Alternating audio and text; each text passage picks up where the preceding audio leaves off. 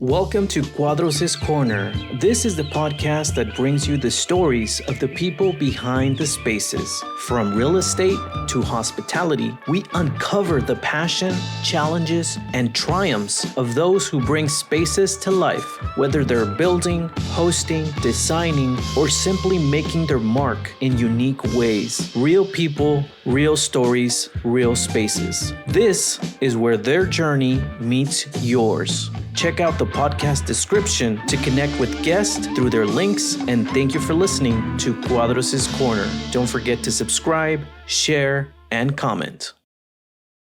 We're standing here in front of the First Hispanic Elementary School in McAllen, Texas, on 16th Street in Houston. This is Marc Millis, my wife Angela Millis, and we are with Millis Real Estate Group. We have purchased the property, and it's our intent to renovate and preserve this historic building and bring it back to its original state. This building, originally called the Roosevelt Elementary School, has been nicknamed the Rosie. We name all of our properties. We figure if we set a personal tone to it, that it helps people connect more with the property, with the building, with the home, and it tells a story. It's the new foundation for the upcoming story, let's say in this case in 2025, for next generations to tell and to build up on. So we're looking for an opportunity to bring in people that have an attachment to the history of McAllen, to the preservation of McAllen, folks that will enjoy, appreciate, and continue the legacy of this historic property. It's important for us to continue that because if you allow buildings to be demolished, then you lose the history. You lose the history of not only what occurred here, but you lose the history and the sense of place within the city itself. So it's our desire and our want to continue the past, bring it into the present and the future, and allow people to see what happened in 1921, which was the original construction date of the Roosevelt Elementary School. So one of the things that we like to do when we have a historic property is to bring back as much of the original shape, form, and architecture that we can. We're certainly not purists, but we try to find as much information as we can, and we dissect what we can. So, for instance, if you see the light blue color paint over here on your left, that will be opened back up into 4x8 gridded windows. The dark blue arches here that you see originally was an entire open porch, and we will return that to its original shape as well. And there are windows throughout the building, all the way around that will be opened up to let all of the natural light in as well.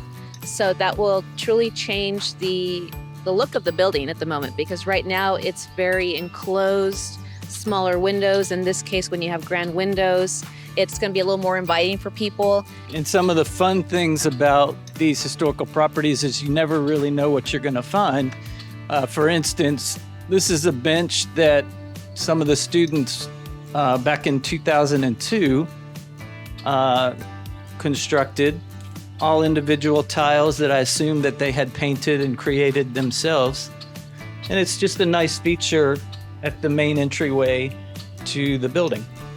We're in the back of the property now. There's some classrooms that had direct access into this courtyard on both sides of the building. It's an old U-shaped type building. We have an oak tree that's probably at least 200 years old. And we understand the parking lot that was put in sometime probably in the 50s or 60s used to be the playground for the kids. And there was a basketball court over here on the north side, and the playground area was all here to the south side. Well, and we'd also really like to build a new story, right? Start a new story. You've got this amazing courtyard here. It doesn't look amazing to the average person, but it will. We can see it manicured. We can see lights being strung everywhere, sitting underneath the tree, and just enjoying the element of what was at one point. Sitting here and thinking, gosh, you know what? I'm going to paint a piece of art here underneath the tree, having a sandwich from one of my local eateries, And I'm at the first Hispanic elementary school in McAllen that was built in 1921.